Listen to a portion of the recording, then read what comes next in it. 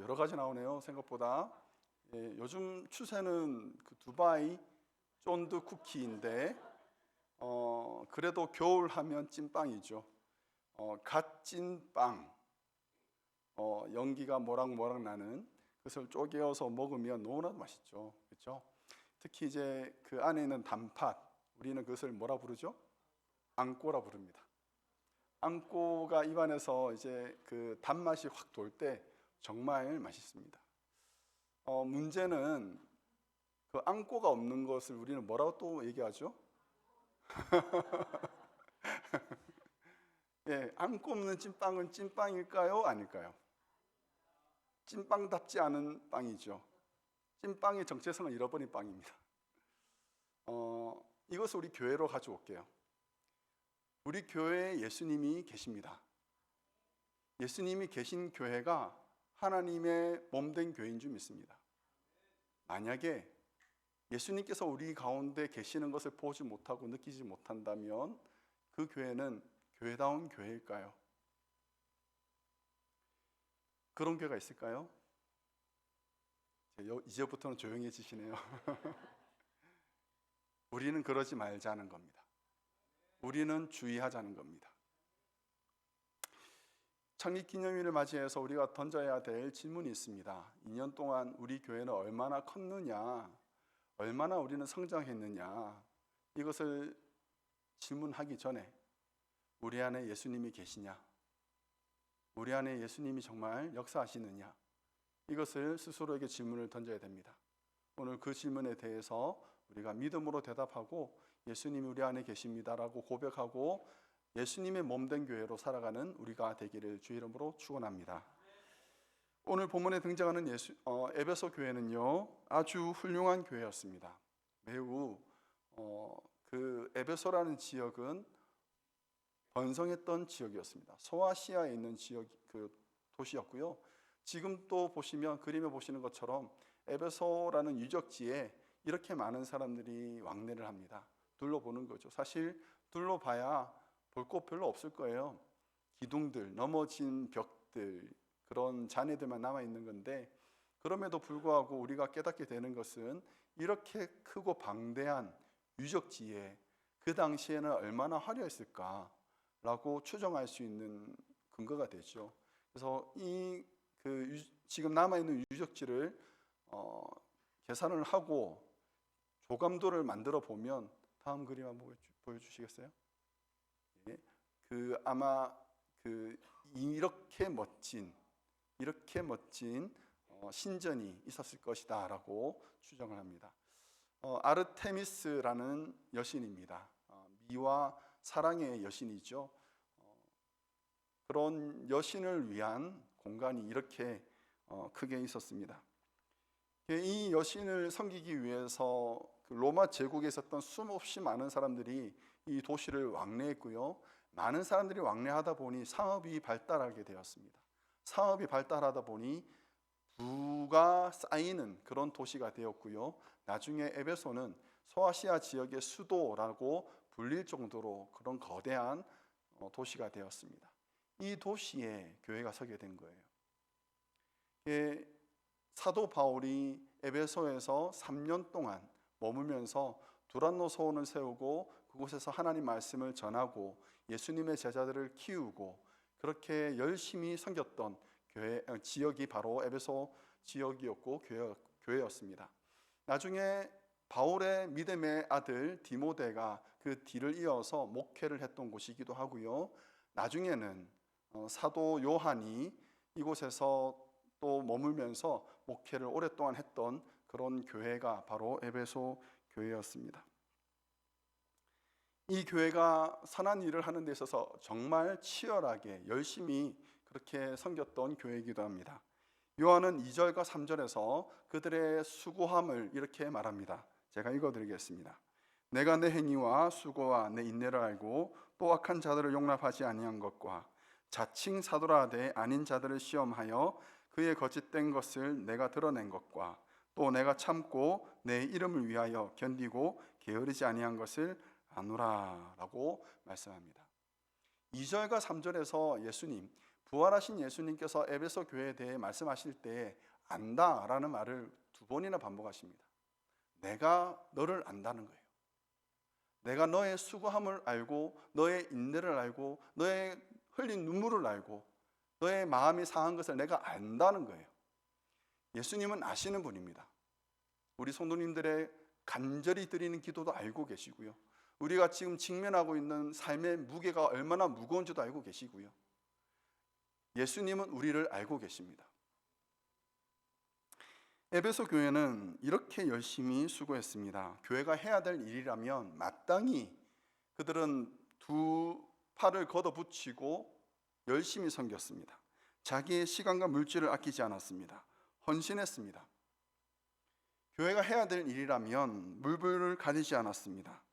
그들은 정말 복음을 위해서 그리고 선한 일을 위해서 열심히 수고했습니다.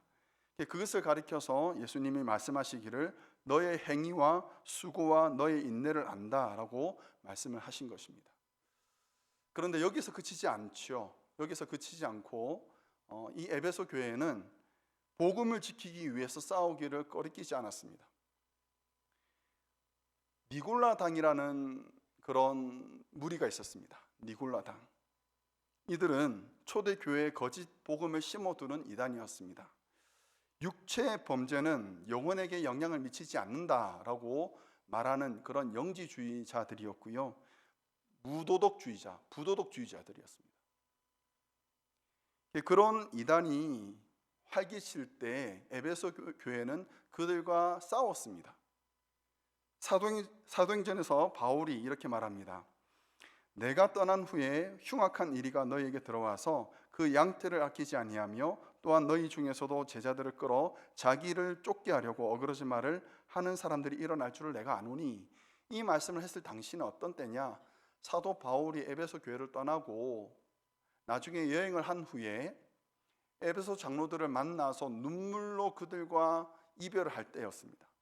얼마나 이 교회를 사랑했고 장로들을 사랑했는지 절절하게 나오는 본문인데 그때 그가 했던 말이 이 말이에요. 너희 가운데 이리가 들어와서 너희를 어지럽힐 것을 내가 안다라고 말합니다. 그 가능성을 보았던 것이고 실제로 소아시아 지역에 에베소 교회와 버가모 교회에 대해서 주신 말씀에 보면 이 니골라당이 나와요. 활기를 친 거죠.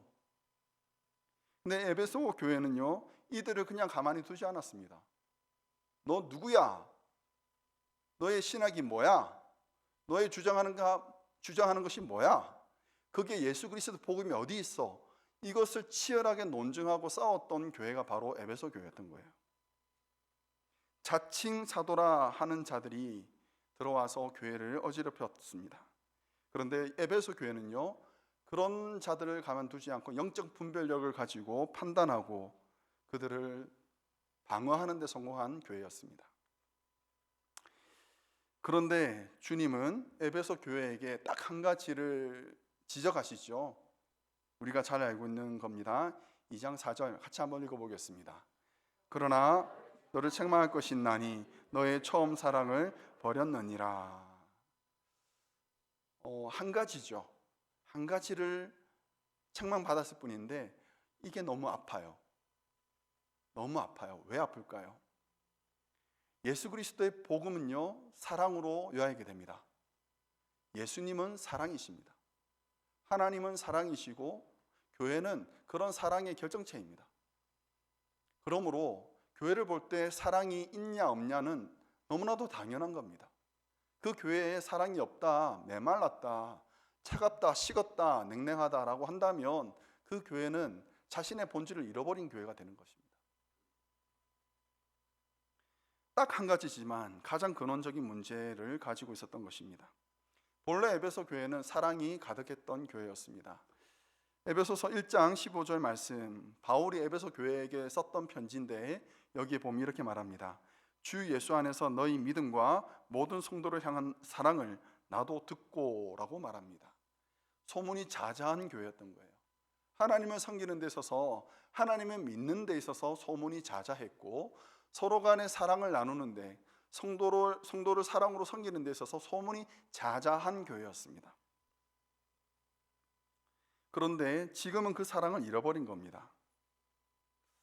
에베소 교회에 도대체 무슨 일이 있었느냐, 우리가 본문을 통해서는 알 수 없습니다.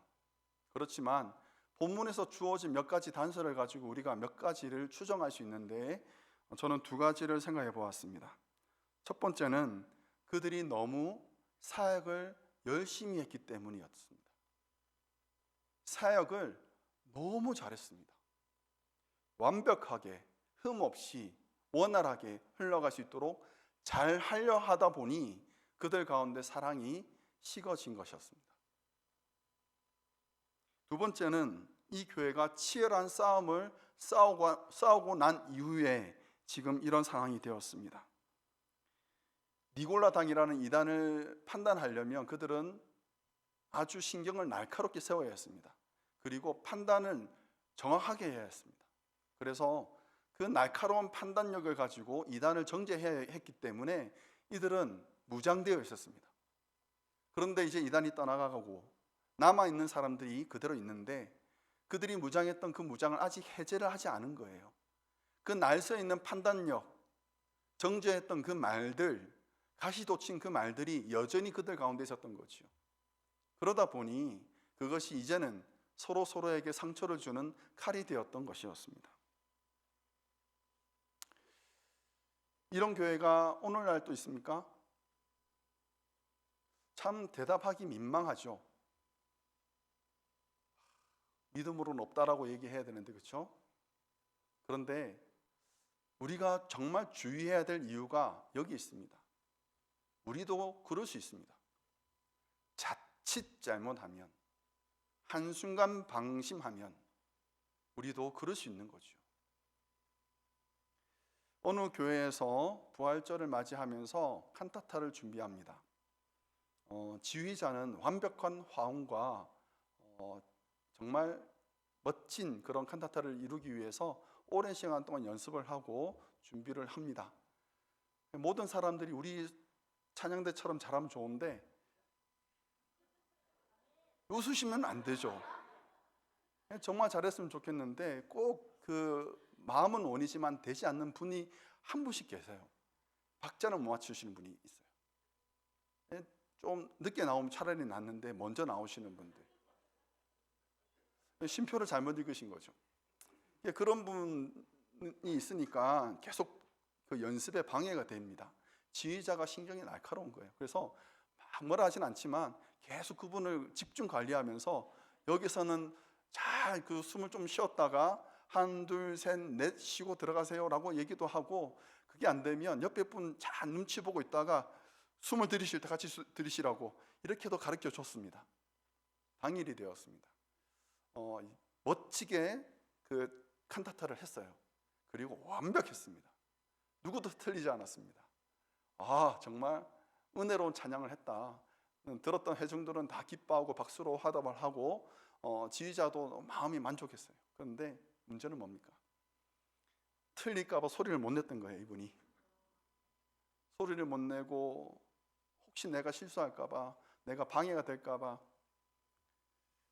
물론 그럴 수 있습니다. 그런데 여러분 여쭤볼게요. 그럼 그분은 찬양을 한 건가요? 하나님께 영광을 돌린 건가요? 이분은 노래를 한 건가요? 이분에게 하나님께 영광 돌렸다라는 그런 기쁨이 있었을까요? 아니면 안 들렸다, 무사히 마쳤다라는 안도감만 남았을까요? 음악은 있지만 예수님은 없었던 거죠. 교회 행사를 준비하기 위해서 일주일 전부터 장을 보고 음식을 준비합니다. 그런데 봉사자들끼리 예민해 있는 거예요. 왜 늦게 왔냐? 지금 시간이 몇인데 이제 왔냐? 왜 또 빠뜨리고 왔냐? 너만 바쁘냐? 물론 이런 말은 안 하죠. 그런데 제가 그런 말들이 마음속에 있는 거죠. 그러면 또 얼굴에 티가 나요. 뭐 맛이 좀, 간이 좀 싱겁다, 짜다, 뭐 맵다, 이런 말들이 나오고, 서로 이제 신경이 날카로워진 상태에서 부엌에서 섬기면, 여러분 그 부엌에 예수님이 계신가요? 안 계신가요? 왜 대답을 못 하세요? 이런 모습이 안고 없는 찐빵이죠. 예수님 없는 섬김이고 사랑이 식은 교회의 모습입니다. 우리는 상관없는 이야기입니다 라고 말하고 싶지만 여러분, 다시 말씀드립니다. 우리도 그럴 수 있습니다. 자칫 잘못하면, 한순간만 방심하면, 내 마음에 긴장을 풀지 않으면 여러분, 그럴 수 있습니다. 오늘날 많은 교회들이 시스템을 완벽하게 갖추려고 노력하고 있습니다. 끊김없는 예배를 드리려고 노력합니다. 그래서 완벽하게 흐름이 자연스럽게 이어지는 예배, 그런 행사를 하려고 합니다. 오디오 시스템 완벽해야 되고요. 그리고 영상 자막 완벽하게 타이밍에 맞춰서 넘어가야 합니다. 아니, 지금 저 PPT가 넘어가야 되는데 가사가 아직 그대로예요. 그러면 어떻게 됩니까? 다 여러분 어디 쳐다봅니까? 그 뒤에 계시는 분은 그 자리가 어떤 자리입니까? 가시방석이 되는 거예요. 여러분, 정말 일찍 와서, 누구보다 일찍 와서 준비하고 그 전날부터 미리 준비하고 해가지고 드리는 예배가 지금 우리 예배거든요. 그래서 우리가 정말 주의해야 되는 겁니다. 여러분, 하나님께서는 모든 것이 완벽하게 갖춰진, 흐름이 끊어지지 않는 그런 완벽한, 시스템적으로 완벽한 예배, 그런 교회를 기뻐하실까요? 상한 마음을 가지고 절절절 거리는 그런 심령으로 하나님께 나아와 내가 죄인입니다, 나를 불쌍히 여겨주십시오, 내 마음속에 이 화가 끊어지질 않고요, 식지 않습니다 라고 통회하며 기도하는 그 마음의 예배를 받으실까요?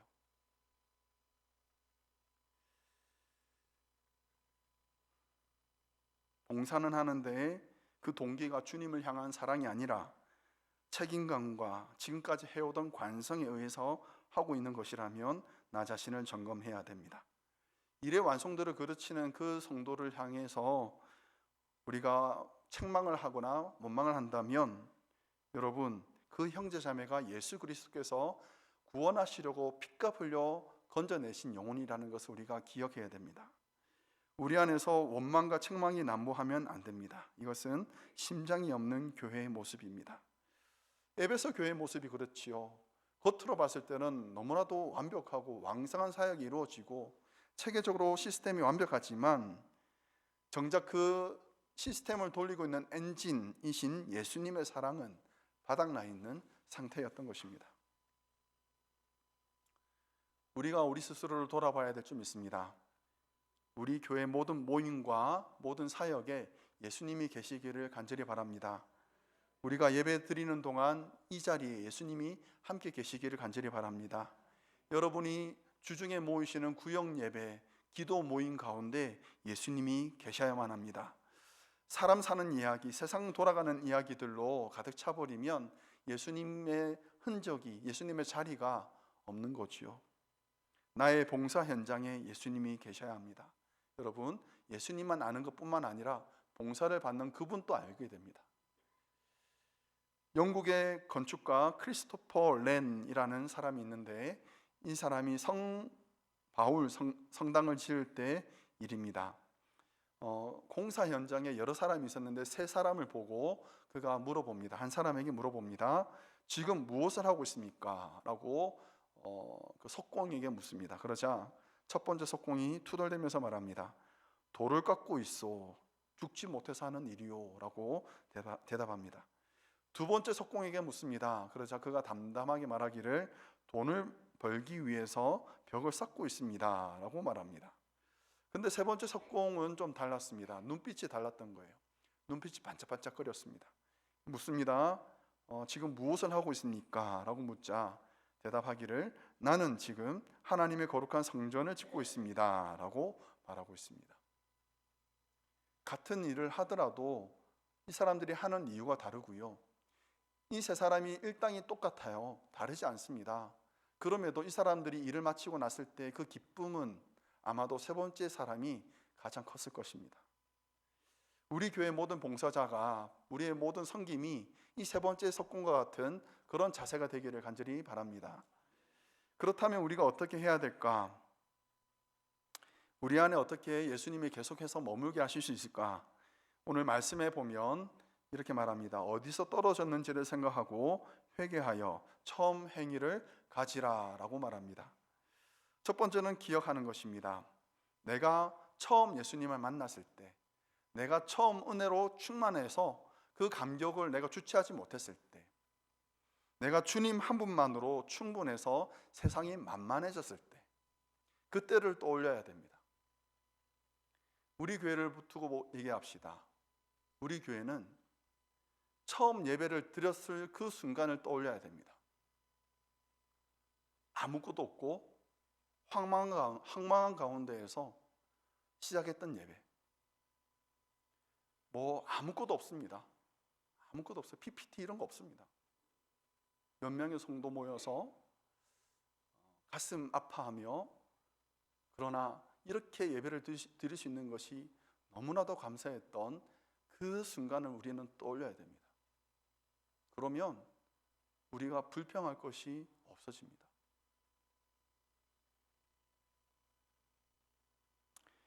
처음 그 순간의 간절함을 우리는 떠올려야 합니다. 두 번째는 돌이키는 것입니다. 불평 불만이 많을 때 여러분의 단어를 잘 보셔야 됩니다. 문장을 보시면 다 내가 들어가 있어요. 내가 무엇했고, 내가 이거 수고했고, 내가 이거 가져왔고, 내가 이거 만들었고, 근데 사람들이 나를 안아주지 않는 거예요. 그러니까 섭섭한 거죠. 어떻게 해야 되느냐? 어떻게 돌이켜야 되느냐? 그 자리에, 나라는 그 자리에 예수님을 넣어야 되는 거예요. 예수님께서 이거 하셨고, 예수님께서 이거 만드셨고, 예수님께서 지금 인도하셨고, 나의 문장을 바꿔야 돼요. 그것이 돌이키는 것입니다. 그래서 내가 옳다라는 자기 의를 부정해야 되고, 예수님께서 이루셨습니다라는 그런 문장을 만들어야 되는 거지요. 세 번째는 그렇다면 행동하는 것입니다. 다시 주님을 내 삶 가운데 모셔드리는 것. 지금까지 내가 알아서 판단하고 행동했다면 이제는 여쭈어 보고 행동하는 거예요. 주님, 내가 이거 할까요? 주님, 이것이 옳지요? 주님, 제가 참아야 되겠지요? 기다려야 되겠지요? 물어보는 것. 그것이 바로 행동하는 것입니다. 그렇게 하면 예수님은 우리의 삶 가운데, 우리의 사역과 교회 가운데 들어오십니다. 들어오시고 본인의 자리를 차지하십니다. 그것이 바로 우리 교회의 안고가 되어주시는 거고, 교회의 심장이 되어주시는 것입니다. 말씀을 맺겠습니다. 창립 2주년을 맞이한 오늘 우리가 다시 한번 결단하기를 바랍니다. 우리 교회는 예수님이 계시는 교회가 되기를 바랍니다. 뭔가가 좀 부족해도 괜찮습니다. 노래 좀 틀려도 되고요. 음식이 조금 짜도 괜찮습니다. 그러나 오늘 맛있을 겁니다. 누군가의 만남에서 불편할 수 있고요. 그 사람이 그냥 툭 내뱉은 말이 나에게는 상처가 될 수 있습니다. 그렇지만 예수님이 계시는 교회 안에서는 회복이 됩니다. 치유가 됩니다. 그런 은혜가 우리 교회 안에 있기를 간절히 축원합니다. 예수님이 계시면 넘어진 자가 일어나고요, 상처 입은 영혼이 치유됩니다. 세상이 줄 수 없는 평강이 우리 교회 가운데 넘치게 될 것입니다. 이것이 바로 예수님께서 우리에게 기대하신 교회의 모습인 줄 믿습니다. 앞으로 우리 교회가 10년, 20년 계속 해보세요. 모릅니다. 여러분, 우리가 너무 욕심 부리면 안 됩니다. 오래 간 교회가 좋은 교회가 아닙니다. 오래 간 교회가 좋은 교회가 아닙니다. 예수님께 붙잡혀 있는 교회, 예수님께서 금초대를 붙잡고 계신다 하잖아요. 예수님께서 붙잡으시는 교회가 좋은 교회입니다. 우리 교회가 있는 동안 예수님께서 주인 되시고 예수님께서 우리 가운데 계셔서 예수님의 능력으로 역사하는 그런 우리 산유의 교회가 되기를 주님의 이름으로 축원합니다.